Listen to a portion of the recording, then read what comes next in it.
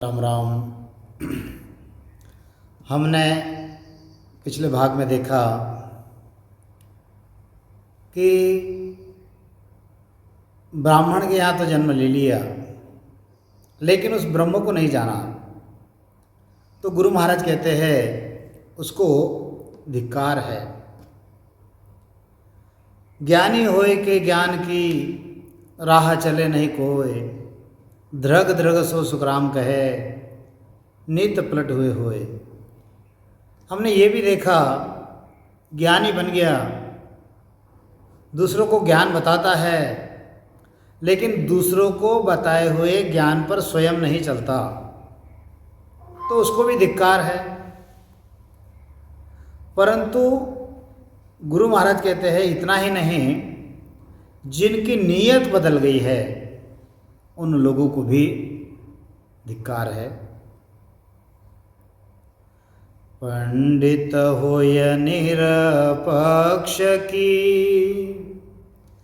पंडित होय निरपक्ष की, करे न चर्चा आय,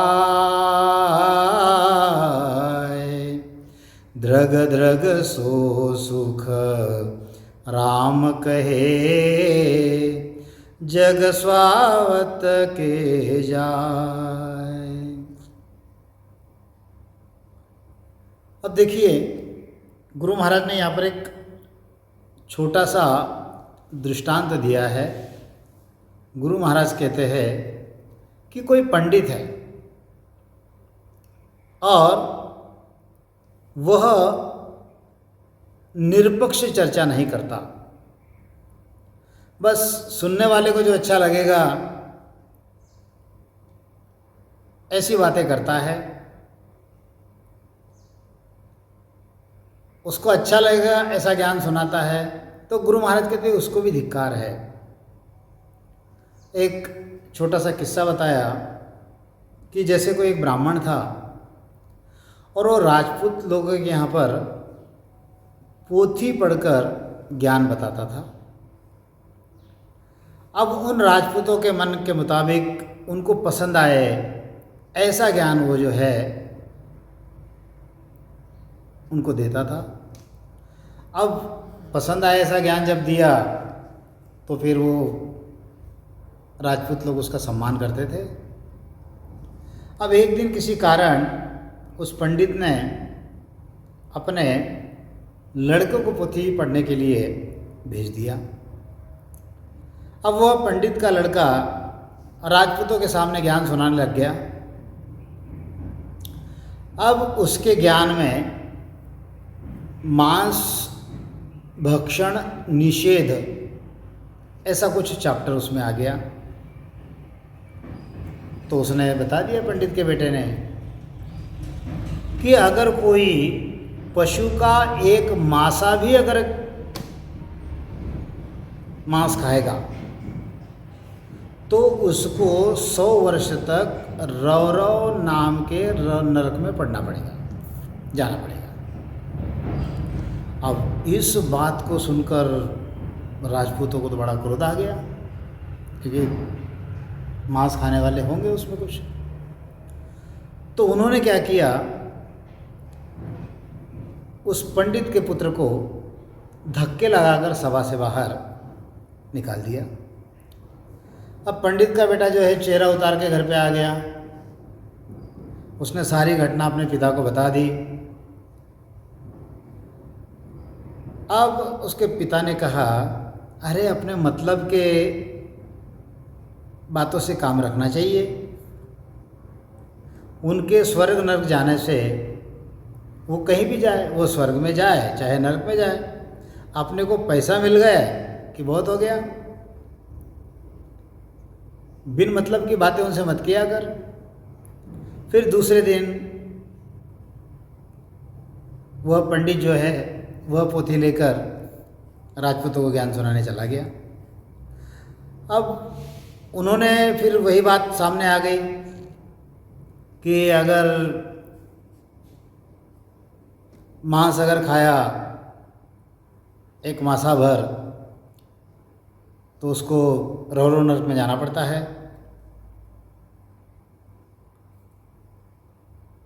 अब विषय ऐसा हुआ कि पंडित ने उनको समझाया, वहाँ पर जो लिखा है वहाँ पर एक केश बराबर, यानी एक मासा भर अगर कोई मांस खाता है तो वो नरक में जाता है। आप मासा भर थोड़ी खाते हो, आप तो पाव किलो, आधा किलो, 1 किलो इतना मांस खा लेते हो। इसका मतलब आपको वहाँ पर नहीं जाना पड़ेगा। मतलब क्या हो गया, वह ज्ञानी तो है लेकिन उसने अपने ज्ञान में निरपेक्षपणा नहीं रखा। अपने मतलब निकालने के लिए उसने वहाँ पर उन राजपूतों को भरमा दिया। तो गुरु महाराज कहते हैं, पंडित होय निरपक्ष की चर्चा करे न आए, द्रग द्रग सो सुख राम कहे, जग स्वार्थ कह जाए। द्रग ज्ञानी द्रग भेष सो, जे हरि राता नाय, द्रग दुनिया सुख राम कहे, से जन पूजन नहीं जाए। नो निध का बासा हुए, अनधन अखत अपार, बिन सिवरण सुख राम कहे, द्रग द्रग जन्म गिवा। देखो, आदि सद्गुरु सुखराम जी महाराज कहते हैं, उस ज्ञान को भी धिक्कार है और उस भेषधारी साधु को भी धिक्कार है कि जो उस परमात्मा से अवलंबित होकर नहीं रहते। उस साधु को और उस ज्ञान को भी धिक्कार है। और जो संसार के लोग साधु को पूजने के लिए नहीं जाते, उन लोगों को भी धिक्कार है। यहाँ पर 2 बातें गुरु महाराज ने बता दी। साधु कैसे चाहिए? साधु ऐसा चाहिए कि उसने उस परमात्मा के भरोसे पर सारी बातें करनी चाहिए। ऐसा नहीं कि वो पंडित जो था उसने अपने मतलब के लिए उनको भरमा दिया। बच्चे ने तो निरपेक्ष ज्ञान बता दिया कि अगर कोई एक रत्ती भर भी अगर मांस खाता है तो उसको रौरव नरक में जाना पड़ेगा। लेकिन पंडित ने क्या किया? पंडित ने बात पलटा दी। मतलब वह जो पंडित था वह तो ज्ञानी था लेकिन निरपेक्ष नहीं था। उसको परमात्मा पर विश्वास नहीं था, उनको उस राजपूतों पर विश्वास था जिनके तरफ से उनको कुछ मिलता था। तो गुरु महाराज वही समझाते हैं, धृग ज्ञानी धृग भेष सो, जे हरि रता नाय, धृग दुनिया सुख राम कहे, से पूजन नहीं जाए। अरे उस ज्ञान को धिक्कार है, उस वेशधारी को साधु को भी धिक्कार है कि जो परमात्मा पर अवलंबित नहीं रहते हैं, ऐसे वेशधारी साधु और उसके ज्ञान को धिक्कार है। और संसार के उन लोगों को भी धिक्कार है कि जो साधु को पूजने नहीं जाते। इतना ही नहीं, गुरु महाराज ने और आगे बताया, नौ निध का बासा हुए, अनधन अखत अपार,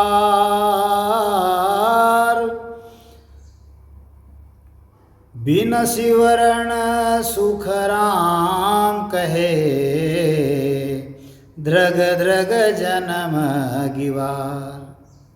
अरे घर में नवनिधि का वासा है। नवनिधि पद्म, महापद्म, शंख, मकर, कच्छप, कुंद, रुंद, नील, बच्छ, ऐसी जो नवनिधि बताते हैं, यार ऐसे नवनिधि जो है घर में वास करती है, घर में अन्न धान्य जो है वह भी अकथ यानी अपार है, और इतना होने के बाद भी अगर कोई राम नाम का स्मरण नहीं करता तो इस गवार मनुष्य के जन्म को धिक्कार है। देखो क्या कहते गुरु महाराज, बुध भारी हिम्मत गणी बड़ी अकल तन माय, ताकू द्रग सुख राम कहे समझर सिवरे नाय।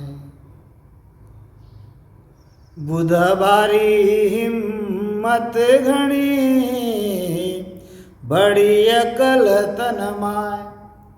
अरे उसमें बुद्धि भी भारी है, हिम्मत भी बहुत है, अक्ल भी बहुत है। वह अपनी बुद्धि से अक्ल से यह समझ गया कि राम नाम का सुमिरन करना बड़ा उत्तम है, और फिर भी समझकर उसने सुमिरन नहीं किया तो गुरु महाराज कहते हैं कि उसको धिक्कार है। जान बुझ कर हर तजे ताकू फिट धिक्कार, अघूय सुख राम कहे पीछे पड़ी गिवार। चर्चा सुन मन पर गड़े आज्ञा लीजे जाय, द्रग द्रग सो सुख राम कहे ढील करे घर आए।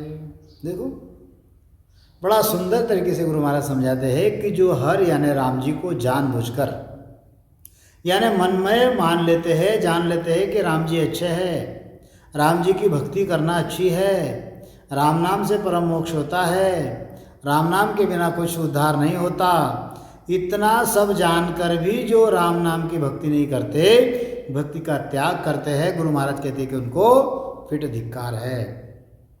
और जो भक्ति करके आगे आते हैं, भक्ति करने लगते हैं और फिर भक्ति करते करते पीछे हट जाते हैं, मतलब भक्ति को बीच में ही छोड़ देते हैं, वे गंवार है, उनको धिक्कार है। और क्या कहते हैं गुरु महाराज कि संत जनों की ज्ञान चर्चा सुनकर उनका मन जो है वह पिघल कर नरम हो जाता है। अब उनसे आज्ञा लेकर उनका शिष्य बन जाना चाहिए। फिर वो क्या करते हैं, घर आकर शिष्य बनने में और आज्ञा लेने में ढिलाई करते हैं। क्या करते हैं, राम नाम लेने में, शिष्य बनने में और उनसे आज्ञा लेने में ढिलाई करते हैं, क्योंकि ज्ञान तो समझ गया। चर्चा सुन मन पर गड़े, चर्चा सुन के मन तो ऐसा हो गया कि नहीं बस इस ज्ञान के अलावा दूसरा कोई ज्ञान है नहीं, बड़ा सुंदर ज्ञान है, बड़ा ऊंचा ज्ञान है, ये सारी बातें समझ गई, मन भी उनका पिघल गया। अब देर क्या कर रहे हैं कि संतों से आज्ञा नहीं ले रहे हैं,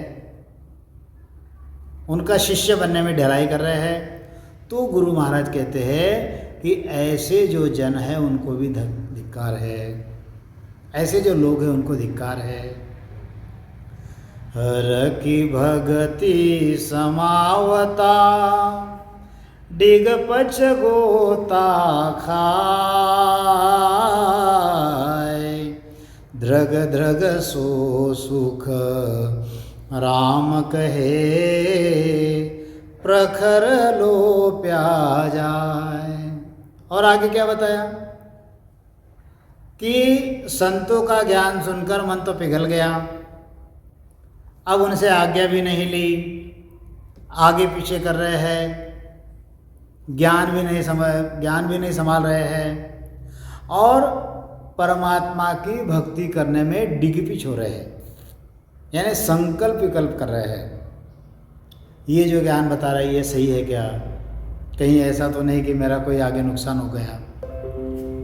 गुरु महाराज कहते हैं कि ऐसे जो संकल्प विकल्प करते हैं, आगे पीछे सरकते हैं कि मैं भक्ति करूं कि नहीं करूं, ये भक्ति सच्ची है या झूठ है, इस भक्ति से मेरा उद्धार होगा या नहीं होगा, अगर मैं भक्ति करूंगा तो मान्य होगी या नहीं होगी, इस भक्ति का फल मुझे मिलेगा या नहीं मिलेगा, ऐसा जो डिगपिच करके गोता खाता है और परख करके, यानी ये भक्ति सच्ची है ऐसा मालूम हो जाने पर भी हर की भक्ति नहीं करता, तो गुरु महाराज कहते हैं कि उसको धिक्कार है। भांति भांति से गुरु महाराज समझा रहे हैं कि धिक्कार किसको है। हमने ये भी देखा धन्य किसको बताया गुरु महाराज ने, अब धिक्कार किसको ये भी बता रहे हैं। आगा पीछा होयरयो आज्ञालू के नाय, ताकू द्रग सुख राम कहे, हरि दिस गोता खाए, डर तो इन संसार सु आज्ञा लेखन को, ताकू धृग फिट धिक्कार है, कह सुख देव जी तो। गुरु महाराज समझाते हैं कि संत का शिष्य बनने में आगे पीछे होता है। मैं इनका चेला बनूं कि नहीं बनूं, इनकी आज्ञा लूँ या नहीं लूँ। गुरु महाराज कहते कि उनको भी धिक्कार है। और राम जी की दिशा में जाते हुए, यानी राम जी की ओर जाते हुए गोते खाता है, उसको भी धिक्कार है। गुरु महाराज कहते और कोई संसार से डर डर के, मतलब ज्ञान तो सुन लिया, ज्ञान समझ लिया, राम नाम सत्य है ये समझ गया, इसी से परम मोक्ष हुआ ये समझ गया, लेकिन संसार के लोग क्या कहेंगे, है? लोग क्या कहेंगे, मेरे घर के लोग मुझे क्या कहेंगे, मेरे मामा के यहाँ के लोग क्या कहेंगे, मेरे ससुर के यहाँ के लोग क्या कहेंगे, इस प्रकार से संसार के लोगों के कहने से डरता है और संत से आज्ञा लेकर शिष्य नहीं बनता, तो गुरु महाराज कहते कि उसको धिक्कार है। गुरु महाराज एक जगह पे कहते हैं ना, 4-5 घर कहे जो भूंडो, और सकल जग पूजे बे। अरे कोई भक्ति में लगता है, बढ़िया संत बन जाता है, तो 4-5 जो उसके रिश्तेदार जो है, जैसे परिवार वाले होंगे, परिवार में भी किसी किसी को पसंद नहीं आता कि ये क्या लगा दिया इसने। पहले तो भला खासा अच्छा था, पूजा पाठ करता था, मंदिर में जाता था, प्रसाद चढ़ाता था, प्रसाद खाता था, सभी जगह जाता था। अब इसने ये क्या पकड़ लिया कि इसने सब बंद कर दिया और राम नाम के अलावा दूसरा कुछ करता ही नहीं, आन भक्ति में ध्यान नहीं रखता। अब ये परिवार के लोग जो है परेशान हो जाते हैं, ससुराल के लोग वो परेशान हो जाते हैं कि क्या हो गया, दामाद को कुछ समझ नहीं रहा है। भाई बहन कहते हैं कि यार ये तो बिगड़ गया, ये ना तो कुल देवता को मानता है, ना तो और कुछ कुल की भक्ति करता है। ये जो 4-5 घर है, ये उसको बूढ़ा कहते हैं कि यार कोई बिगड़ गया करके। लेकिन जगत में सारा जगत उसको पूछता है। अरे ये तो पल पल अनुभूति आती है। जब संत लोग जब सत्संग में जाते हैं तो दुनिया भर के लोग उसको पूछते हैं, और वही अगर अपने रिश्तेदारी में कहीं गया तो कहते कि देखो ये आ गया, ये बिगड़ा हुआ आ गया। हाँ, गुरु महाराज बड़ा सुंदर तरीके से समझाते हैं कि डर तो इन संसार सु आज्ञा लेके कोय, ताकू फिट धिक्कार है, कहे सुख देव जी तोय। ऐसे अगर कोई संसार से डरता है कि गांव के लोग क्या कहेंगे, मित्र क्या कहेंगे, माँ बाप क्या कहेंगे, ससुराल वाले क्या कहेंगे, भाई बहन क्या कहेंगे, ऐसे अगर वह डरता है और संतों से आज्ञा नहीं लेता है तो गुरु महाराज कहते हैं, यानी उसका शिष्य नहीं बनता है, उनको धिक्कार है।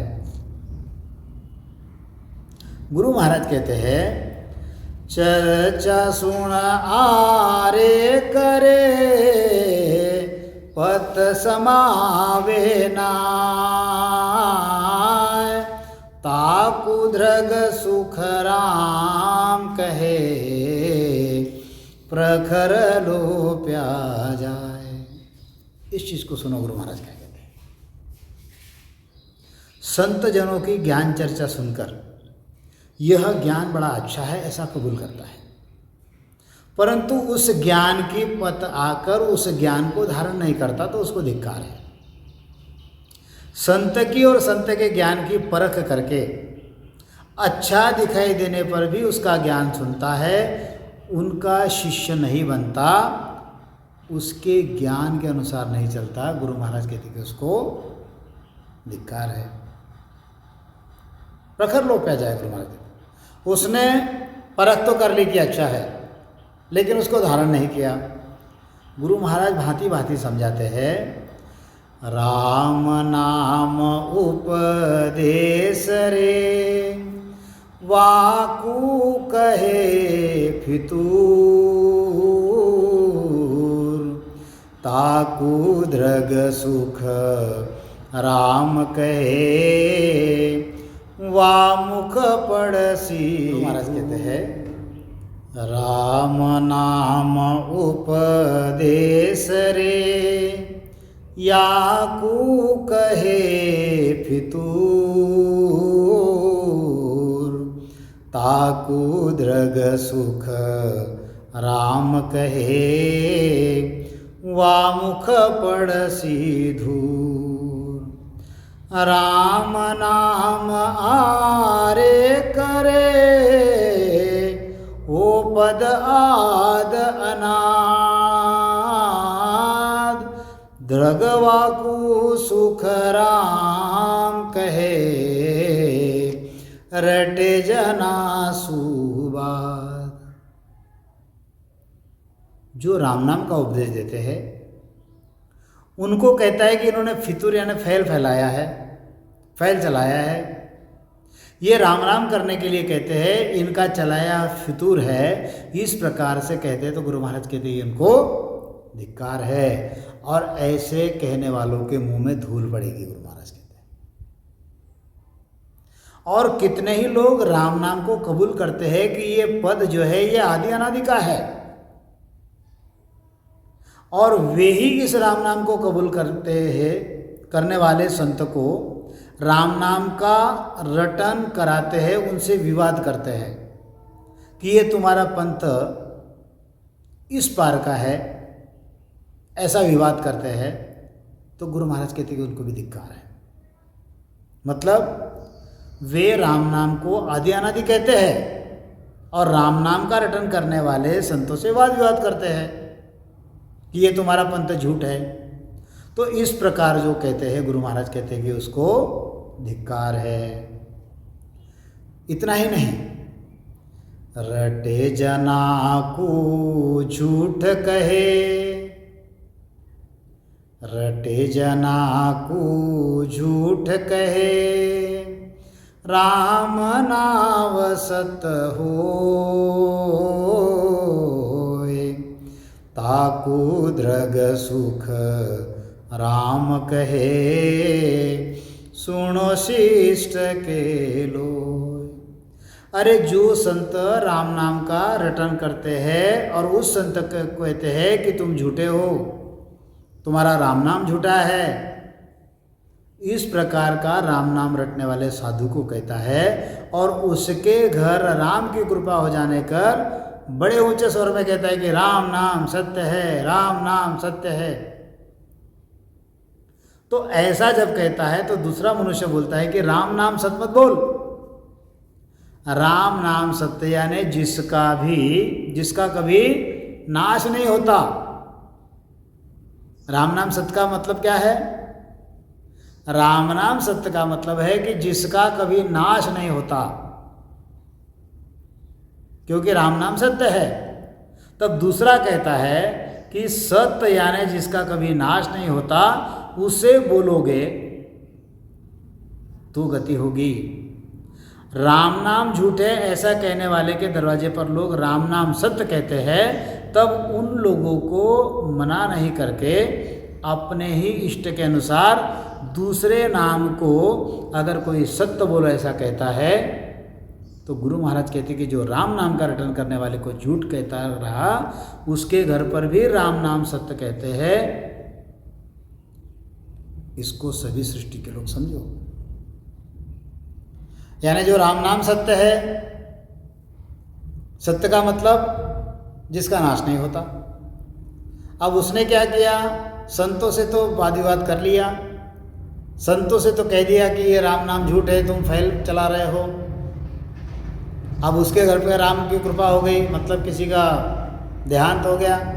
अब दूसरे आके उसके घर पे बोल रहे हैं कि राम नाम सत्य है, तब उसको मना ही नहीं करता हूँ। अब कोई कोई राम नाम सत्य है, इसके अलावा और किसी नाम का उच्चारण करने लग गए हैं। गुरु महाराज कहते हैं सभी सृष्टि के लोग सुनो, उन सबको धिक्कार है।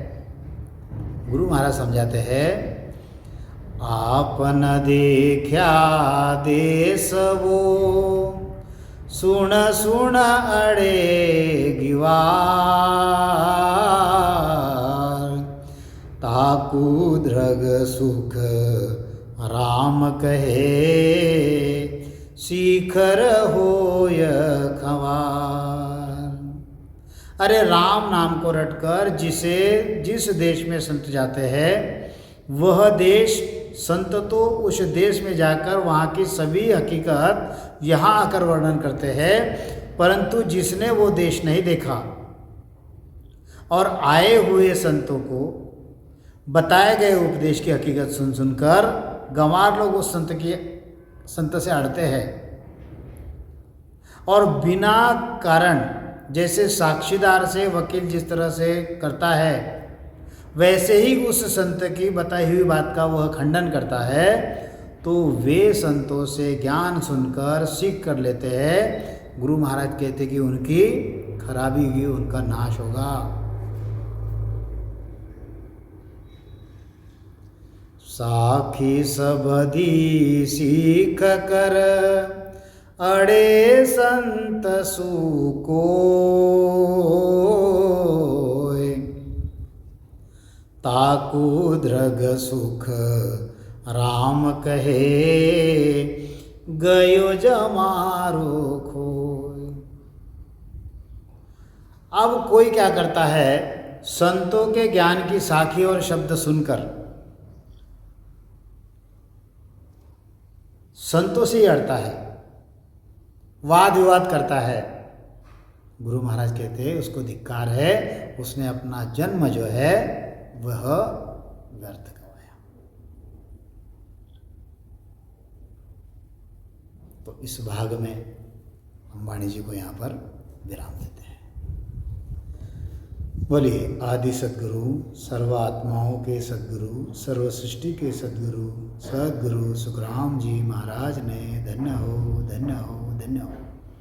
राम सभा में राम राम महाराज राम।